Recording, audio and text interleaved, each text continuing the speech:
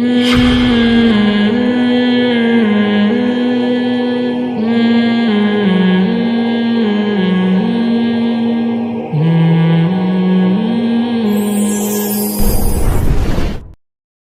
تین آیتیں پڑھ کے بیان ختم کرتا ہوں. اللہ تعالیٰ آگے قرآن میں فرماتے ہیں فلولا اذا بلغت الحلقوم. اللہ کہتے ہیں یہ باتیں میں بتا رہا ہوں یہ میں تھوڑی خود کہہ رہا ہوں, یہ باتیں یہ کون کہہ رہا ہے بھائی؟ یہ تو اللہ کہہ رہا ہے, یہ تو اللہ کہہ رہا ہے. تو قرآن آگے کیا کہتا ہے؟ فلولا اذا بلغت الحلقوم.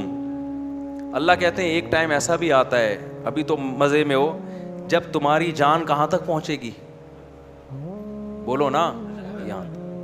ہر آدمی پہ یہ ٹائم آتا ہے کہ نہیں آتا؟ ہچکیاں لے, یوٹیوب پہ دیکھ لو ویڈیو, بڑے بڑے پاورفل اور اب آخری ہچکیاں لے رہے ہوتے ہیں. کیسا ترس آتا ہے نا اس کے اوپر. ہچکیاں لے رہا ہوتا ہے آدمی, کوئی کلمہ پڑھ رہا ہوتا ہے, کسی کی آنکھیں پتھرا رہی ہوتی ہیں اور بڑی حسرت سے لوگوں کو دیکھ رہا ہوتا ہے.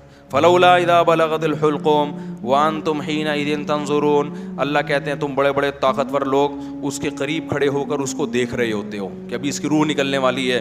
ترجعونها ان کنتم صادقین. تم اس کی روح کو لوٹا دیا کرو.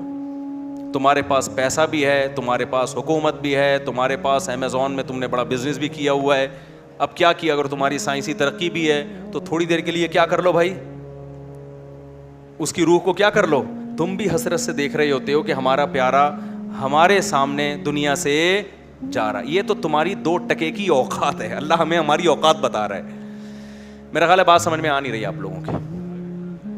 میرے اندر تو بھائی اتنی ہی پھیپڑے ہیں جتنا میں سمجھ. مجھے غصہ اس لیے آ گیا کہ پہلے بھی زنا ہوتا تھا, کم چھپتے تھے لوگ کہ پکڑے نہ جائیں. اب پوری یونیورسٹیوں میں لڑکے لڑکیوں کی بسیں بھر بھر کے جا رہی ہیں تفریح کے لیے. باپ خود اجازت دے رہا ہے, بھائی تمہاری اپنی لائف ہے بیٹا, تم اگر بھنگن چمارن بننا چاہو تو ہم کون سا شریف لوگ ہیں, ہم بھی بھنگی اور چمار ہیں. بزبان حال وہ یہ کہہ رہا ہوتا ہے. سمجھ میں نہیں آ رہی. عزت دار آدمی کبھی اپنی لڑکی کو کسی غیر مرد کے ساتھ جانے نہیں دے گا. کہے گا میں مر جاؤں گا, میں دنیا کو کیا منہ دکھاؤں گا میں. لیکن اب اس کو پتا ہے دنیا کو میں منہ دکھاؤں گا, دنیا بھی میری تعریف کرے گی. بڑا لبرل قسم کا باپ ہے ماشاءاللہ. اپنی بیٹیوں پہ کوئی کسی قسم کا کنٹرول نہ ہے, نہ رکھنا چاہتا ہے.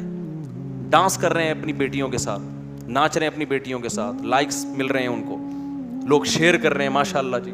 جو باپ محافظ تھا بیٹی کو حیا سکھانے کا, وہی بیٹی کی حیا نکال رہے ہیں. براڈ مائنڈڈ باپ ہے. کپڑے اتارو بھائی اس کے لوگوں کے سامنے, بہت زیادہ براڈ مائنڈ. گورا کا تو چڑیاں پہن کے ان کی بیٹیاں ان کے باپ کے سامنے ناچتی ہیں. براڈ مائنڈڈ بننا ہے تو پھر پورا بنو نا. یہ منافقت کیسی ہے؟ اگر غلط ہے تو پھر, اگر گورا غلط ہے تو پھر یہ عمل بھی غلط ہے جو یہاں ہو رہا ہے. شادیوں میں ناچ رہی ہیں بہنیں بھائیوں کے ساتھ. تو ناچ گانے پہلے بھی ہوتے تھے, تو تھوڑا حیا تھی, تمیز تھی لوگوں میں کہ کس کے سامنے ناچنا ہے اور کس سے اپنے ناچ کو چھپانا ہے.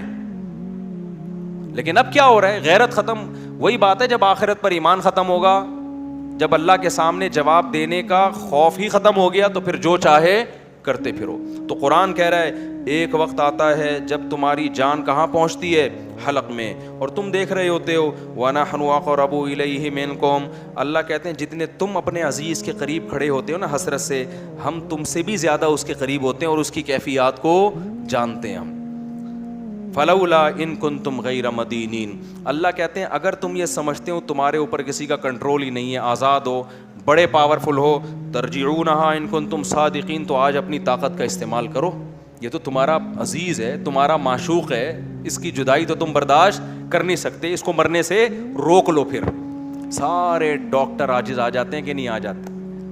سارے ڈاکٹر کیا کہہ دیتے ہیں؟ بھائی ہمارے بس میں نہیں. میں آغا خان میں تھا, اچانک چیخوں کی آواز آئی نا, اچانک عورتیں مردوں کی چیخوں کی آواز آئی. میں ایک دم ڈر گیا, کیا ہوا؟ پتہ چلا جی ان کے والد صاحب ان کی ڈیتھ ہوئی ہے. آئے تھے تھوڑی دیر پہلے بالکل ٹھیک ٹھاک تھے بستر پہ, اچانک کوئی ہارٹ اٹیک ہوا یا برین ایمری جو کیا ہوا بہرحال. تو وہ ان کو توقع نہیں تھی کہ ہمارا باپ ایسے بھی جا سکتا ہے. تو بچیاں بھی رو رہی ہیں. میں نے کہا یار یہ دیکھو, کہ میں نے ایسے موت کے بہت سارے واقعات دیکھے. گلی میں گزر رہے ہیں, چیخو پکار کی آواز آئی, کیا ہوا بھائی؟ پتہ چلا جی ڈیتھ ہو گئی. کتنے سال رشتے آپس میں ٹائم گزارتے ہیں اور جدا ہونے میں چند سیکنڈ بھی بولو نہیں لگے. اور پھر روتے 3-4 دن تک ایسے ہیں جیسے بڑا غم ہوا ہے, اور 3-4 دن کے بعد 20-20 30-30 سال پرانے رشتوں کو ایسا بھولتے ہیں جیسے زندگی میں کبھی رہنا نصیب ہی نہیں. یہ ہے وہ دنیا جس کے پیچھے انسان کس کو ناراض کر رہا ہے, خدا کو ناراض کر رہا ہے. تو قرآن کہتا ہے اس کی جان لوٹا کے دکھاؤ. فَأَمَّا إِنْ كَانَ مِنَ الْمُقَرَّبِينَ, اللہ کہتے ہیں اب یہ میرے پاس آ گیا ہے, اب یہ تمہاری کسٹڈی سے نکل گیا, اب میں بتاتا ہوں اس کے ساتھ کیا ہونے والا ہے. سمجھ رہے ہو نا؟ اب اس کا خود اپنے اوپر بھی کنٹرول نہیں. اب تک تو یہ تمہارے ساتھ بہت کچھ کر رہا تھا, فلاں کو اوپر چڑھا دیا, فلاں کو گرا دیا, فلاں کو یہ کر دیا, فلاں کو یہ کر دیا, کسی کو گالی دے دی, کسی کو صدقہ خیرات کر دیا, اب تو یہ کر رہا تھا. اب اس کے ساتھ میں کروں گا جو بھی ہوگا, تمہارا بھی کنٹرول ختم اور خود اس کا بھی اپنے اوپر سے کنٹرول ختم. فَأَمَّا إِنْ كَانَ مِنَ الْمُقَرَّبِينَ, اللہ کہتے ہیں یا تو یہ نیک لوگوں میں سے تھا, ساری زندگی اس نے مجھے یاد رکھا, میرے احکام کو فالو کیا, فَرَوْحٌ وَرَيْحَانٌ, تو اس کے لیے خوشبوئیں ہیں, وَجَنَّتُ نعیم, اور خوشخبریاں ہیں ہمیشگی کے باغات کی. وَأَمَّا إِنْ كَانَ مِنْ أَصْحَابِ الْيَمِينَ, دائیں ہاتھ والوں میں سے تھا, فَسَلَامٌ لَكَ مِنْ أَصْحَابِ الْيَمِينَ, اللہ کی طرف سے اس کو سلامتیاں ملنا شروع. ایسے بہت سارے واقعات ہیں اہل اللہ کے کہ موت کے وقت انہوں نے فرشتوں کو دیکھا اور موت کے وقت وہ باتیں کرنے لگے کہ اللہ کی طرف سے ہمیں نیک فرشتے ہماری روح قبض کرنے کے لیے آئے. میں نے بھی ایسے واقعات سنائے ہیں آپ کو پہلے بیانات میں, بھی بہت وقت ہو گیا تو میں اس کو اسکپ کر رہا ہوں. بہت ایسے واقعات ہیں, شہداء کے بہت واقعات ہیں. میرے والد صاحب نے بتایا کہ ایک قاری صاحب ہندوستان میں قرآن پڑھایا کرتے تھے, ساری زندگی ان کے نا بچوں کو قرآن پڑھانے میں گزری. موت کے وقت نا ان کی جسم سے روشنی کا گولا نکل کے گیا ہے, سب نے دیکھا جتنے لوگ تھے. حضرت مولانا اشرف علی تھانوی رحمۃ اللہ علیہ, جن پر آج لوگ بڑے اوٹ پٹانگ قسم کے اعتراضات کرتے ہیں, ان کی جب ڈیتھ ہوئی ہے نا, تواتر سے جو ان کے قریب لوگ کھڑے ہوئے تھے انہوں نے بتایا کہ ان کی 3 انگلیوں سے روشنی کی کرنیں نکل رہی تھیں موت کے وقت, کیونکہ پوری زندگی نا ان 3 انگلیوں سے تصنیف کا کام کیا ہے. ان کی سینکڑوں تصانیف ہیں جن سے بہت, اگر مولانا اشرف علی تھانوی رحمۃ اللہ علیہ ہندوستان میں نہ ہوتے نا تو آج یوں کہا جائے نا کہ میں بھی شاید بدعتی ہوتا, تو یہ بات غلط نہیں ہوگی. ہندوستان میں جو بدعتوں کو روکنے میں سب سے بڑا کردار ہے وہ مولانا اشرف علی تھانوی رحمۃ اللہ علیہ کا, کیونکہ تصوف میں اتنا غلو ہو گیا تھا کہ 20 قسم کی بدعتیں شامل ہو, پیر پرستی اور تصوف, اس پہ ان کی بہت ساری کتابیں ہیں اور بہت کام کیا انہوں نے, کسی کی ملامت کی پرواہ نہیں کی. تو انتقال کے وقت کیا تھا, کرنیں نکل رہی تھیں ان, ایسے بہت ساری کرامتیں ہوتی ہیں.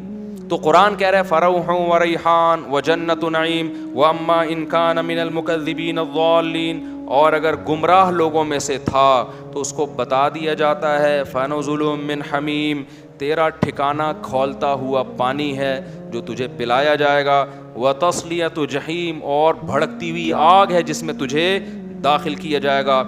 آخر میں اللہ اس صورت میں کہتے ہیں إِنَّ هَذَا لَهُوَ حَقُّ الْيَقِينِ, اے لوگو یہ جو باتیں ہم کر رہے ہیں ان کو سیاسی بیان نہ سمجھو, یہ یقینی باتیں ہیں.